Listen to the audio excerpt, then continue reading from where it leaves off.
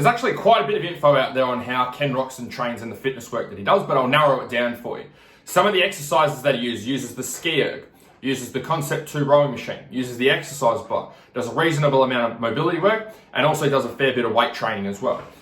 For those of you that are new to the channel, my name is Andrew Hammer. I've helped hundreds of riders and racers from around the world get race fit and race ready.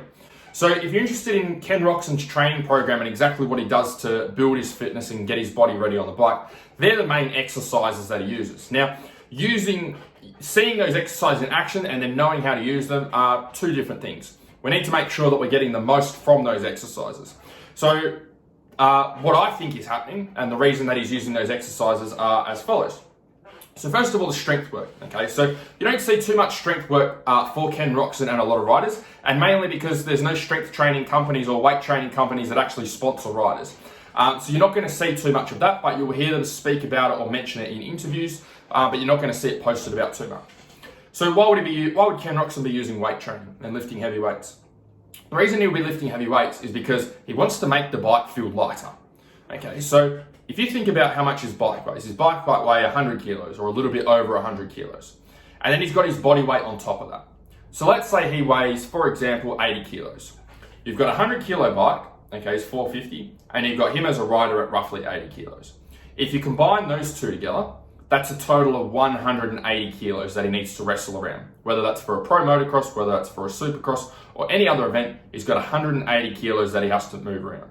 So there's no amount of cycling he can do, there's no amount of rowing machine work he can do, there's no amount of ski erg work he can do, there's no amount of mountain biking he can do, there's no amount of mobility work that he can do that's going to give him the strength to be able to muscle around 180 kilos. And he knows that, and his team knows that, which is why they do weight training.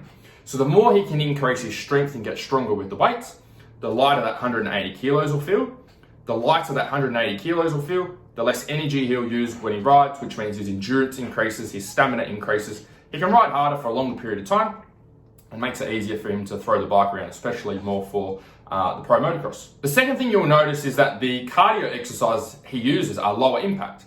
Not much content or not much around Ken Roczen doing any running. You'll notice it's all ski erg, Concept 2, exercise bike, or even road cycle bike. And so the one thing that they all have in common is they're very low impact. So for a lot of riders and racers, they have current injuries or previous injuries that they're trying to manage. So they're not trying to do a lot of high impact stuff that's going to flare up old injuries or affect the rehab or recovery of current injuries. So lower impact exercises like these machines that I just went through are a great option for cardio, especially for you guys. If you've got an injury or niggles or things there that just don't feel right with running, running isn't your only cardio option. Heaps of other options out there.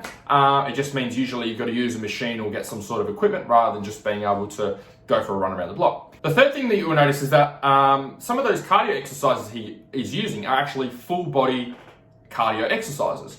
So if you look at things like a ski erg and look at things like a rowing machine, they're using his whole body. So a ski erg using his lower body and upper body, same with the rowing machine, using his lower body and upper body.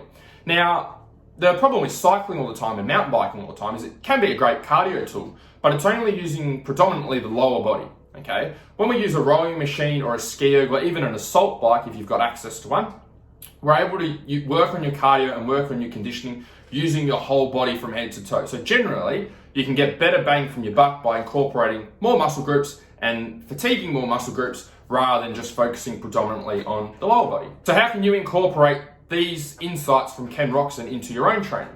So make sure you have one part of your training, first 20 minutes, half hour, is made up of doing some strength work. Lift some weights, get comfortable with some weight training movements, back squats, deadlifts, bent over rows, overhead presses, some great movements that you can get started with to make the bike feel lighter. Second half of the session, work on doing some cardio and conditioning. Do a longer piece of cardio. Do a 20-minute or half an hour row, okay? Or mix it up with some interval training.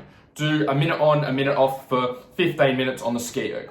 It's all about doing different types of cardio, but making sure we're working on the two types of cardio, the longer distance system and the shorter distance system. If you've got both of those covered and you're doing some weight training, then you're going to be on your way to building some great race fitness.